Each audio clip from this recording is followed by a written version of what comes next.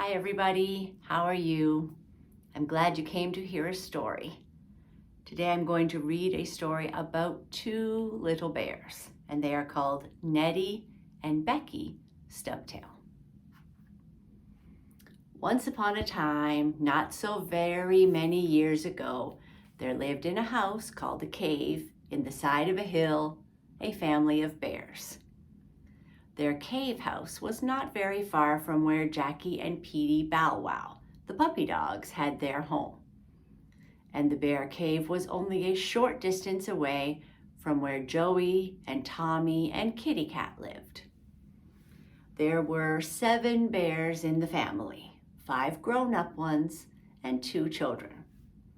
There was a chap named Neddie who was as nice a boy bear as you would want to meet. And there was a little girl bear named Beckie, and she was as cute as a soap bubble, if not cuter. Then there were Papa and Mama Bear, and their last name was Stubtail. For bears, you know, have only a little, short, stubby tail. Hardly a tail at all, to tell the truth.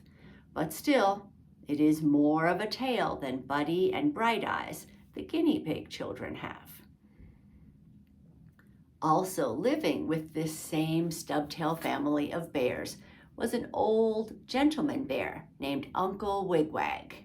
And the reason he was called that was because he was always playing tricks or telling jokes. And when he laughed after he had fooled someone, he would wig and wag his tail from side to side. Also, there was Aunt Piffy, who had such a heavy coat that she used to puff and pant as she came upstairs. And lastly, there was a real old bear gentleman named Mr. Whitewash. He was called that because he was all white. He was a polar bear from the North Pole, and he always wanted to sit on a cake of ice. One day, when Neddie and Beckie had come home from school, Mrs. Stubtail said to them, "Neddie, Beckie, I would like you to walk a little way through the woods and meet your father when he comes home from his work in the bed factory." You see, Mr. Stubtail worked at making mattresses for beds. With his long, sharp claws, he would make the inside of the mattress all fluffy and soft. So no matter how wide awake you were, you always fell asleep when you stretched out on one of the beds the bear gentleman made. "Why do you need us to meet Papa?" asked Neddie. "I want you to tell him to stop at the store on his way home and bring some honey," said Mrs. Stubtail. "We are going to have hot biscuits and honey for supper." "Oh, yay!" cried Beckie, clapping her paws together.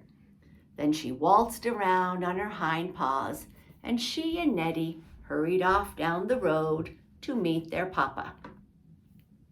As they were going, they heard a voice calling to them. "Oh, children, wait a minute!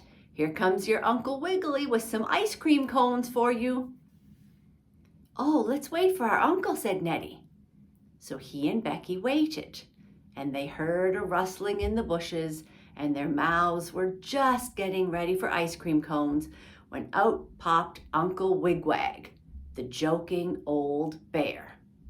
"Ha, ha, ha," he cried, laughing and wigging and wagging his head. "I fooled you."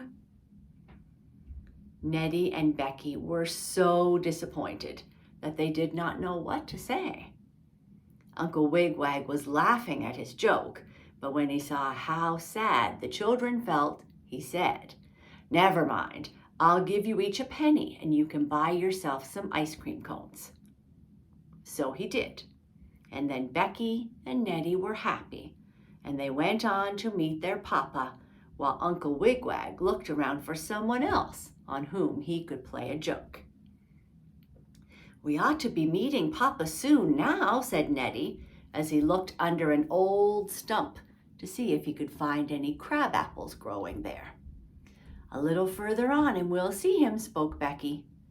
They went on a little more, and all of a sudden, Neddie saw a large hollow log lying on the ground. It was just like a stovepipe, only bigger, and it had a hole all the way through it.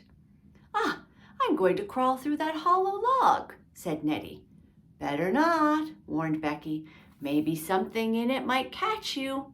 "Ah, I'm not afraid," cried Neddie. "Anyhow, I can see the whole way through. There's not a thing in it." So he started to crawl through the hollow log. But my goodness me, Neddie had not gone very far before he found the hole in the log getting smaller. "I don't believe I'll be able to crawl through to the other end," thought the little boy bear. Then he tried to back out, but he could not. He was stuck fast in the hollow log. "Oh, help, help," cried Neddie, wiggling and trying to get out, but he was stuck tight and he could hardly move. "What's the matter?" asked Beckie from where she stood outside the hollow log. "I'm stuck, I can't get out," cried Neddie, and his voice sounded as if he was down in the cellar. "Wait, I'll get a long stick and poke you out, just like you poke out a bean that gets stuck in your putty blower," said Beckie. So she got a long stick and poked it in through the hollow log. All at once, the stick came up against something soft. "What's that?" asked Beckie, surprised. "Stop! Ouch! It's me!" yelled Neddie. "Stop it! You're tickling my back." "But I want to get you out," said Beckie, poking in the stick again. "You can't do it that way," said her brother. "I guess you're going to have to crawl in after me and pull me out." "All right," said Beckie kindly. "I will."